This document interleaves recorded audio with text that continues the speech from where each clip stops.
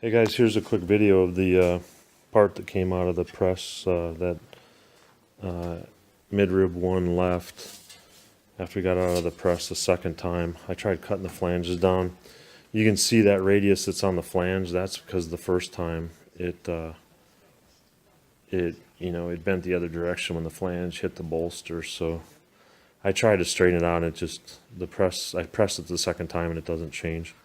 The joggle worked, except the groove that I put for the joggle, it wasn't deep enough because of the extra flange. I wasn't aware that that flange was that big. I mean, I know Paul mentioned it, but I didn't realize. I thought that it had been taken care of.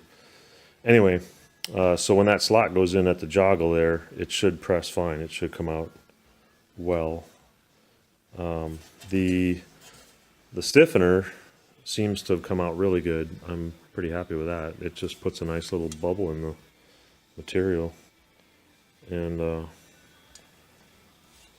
the lightning hole flanges, they seem to have formed pretty decently.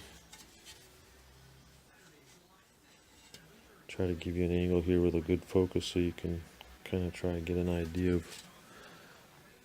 There's the big one. So overall, I think it worked pretty good, and if I press one from the get-go that has the right size flanges on the edge, it's probably going to work. I estimated the angle of the flange, and because you have a 90-degree wall on your form board, the measurement I got here, you can see, is about 79 degrees. So you're coming up with about a 10-degree angle of your flange to the web of your rib. It's making about a 10-degree angle, 10 or 11-degree angle out, or 10 from 90, 11 from 90. So it's not going to be real close. If you're shooting for 3 to 5 degrees, you're going to be a bit more than that, I think. And the only way to fix that is to overbend that flange, so when you release the pressure off the rubber, it'll come back. But the tail end formed pretty decent. The cutout is in the right place. That all looks pretty good. Not seeing any real fretting or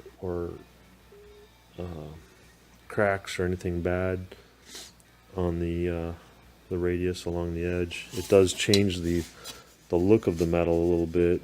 It makes it look a little more like satiny versus shiny, but it doesn't feel bad. It doesn't, it's not looking cracked or damaged in any way. Try to get a good look at the light there, but it does make it look satiny a little bit. But that's what the first one turned out to look like, so I'll give you a full-size shot here. And let me know what you want to do from here. I'll try and, if I can get a CAD drawing with a better size of the flanges, I can try and press one that's more of a final effort, and then send it to you and see what you think. I'll go ahead now and try and press that smaller one, the MR1L form block you sent here. I'll try and get that one next.